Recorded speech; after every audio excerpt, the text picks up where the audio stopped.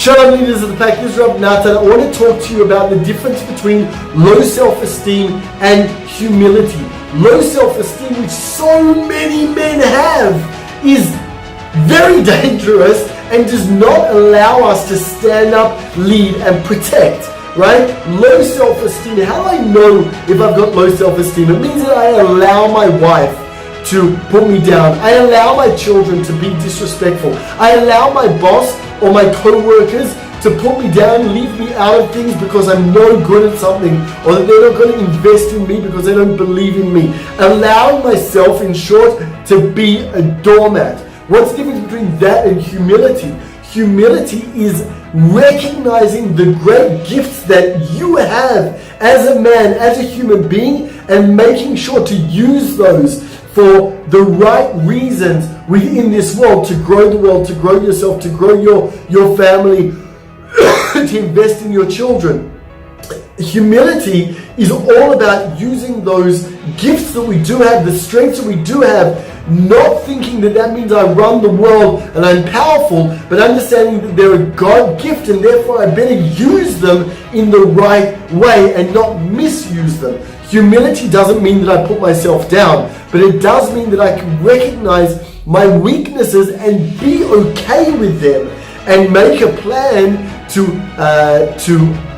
bring other people in, to fill up those gaps, to increase my wisdom in those areas if I don't know about them. But the difference between low self-esteem and humility is low self-esteem means I will continue to allow myself to be put down, whereas humility means that I am willing to and need to recognize the good within myself and not be put down about the fact that I'm not perfect. It's okay that I suck at mathematics. It's okay that I don't do well in art. I still draw stick figures, okay? Does that make me feel bad about myself? Well, for years it did. For years I thought, I'm not good at art, I'm not good at mathematics, I can't remember history.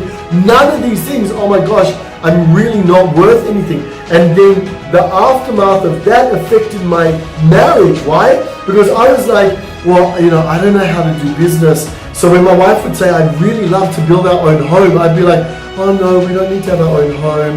Like, we can rent our whole lives. And then something switched a few years ago. No, I knew nothing about business, and I'm humble about that. So I then went to a friend of mine, Elazar Hertzvon, who actually gave a talk to leaders of the pack here in Israel. And I went to him and I said, I humbled myself, and I'm like, Elazar, I knew nothing about business. You're an amazing businessman. Please teach me. I moved into his office and I learned business from him. I go to Danny Johnson and I make sure to invest in myself and invest in relationships where people can teach me to be a better person.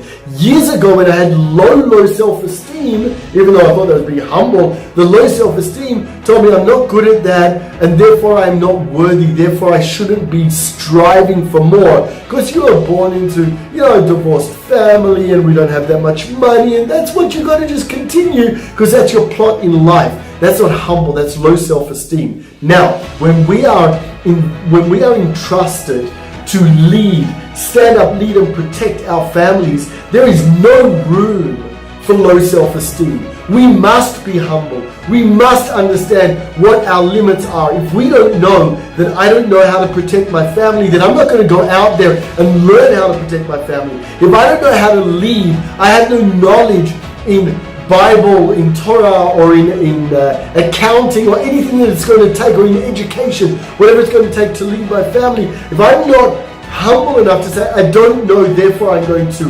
invest, or I'm going to entrust someone else to do that on my behalf, or I'm going to go and invest in myself and learn how to do that. If I'm not humble enough, then I'm just an idiot, and I will never grow in my life. But we cannot allow that to give us low self-esteem, because then we're never going to stand up.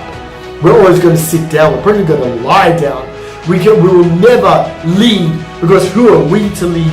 We're no one. We don't know anything. We're not good enough, whatever. And we're never going to protect, because who am I? I don't have the skills to do that physically, emotionally, or spiritually. So leaders in the pack, it's time to stand up and step all over that low self-esteem. Don't give it any space in our life. but maintain our humility. Maintain the ability to say, I am an empty vessel and I want to be filled up by God's wisdom, by the universe's wisdom, by other people's wisdom, so that I become a full vessel, and then I invest that into the world and I empty myself and I say, I'm ready for more. Give me more. Teach me more. And I will always be ready to grow, so that as a true leader of the pack, I can always go up a rung in my leadership, in my protection, and in my will and ability to stand up, to be proud of who I am and how God and who God made me.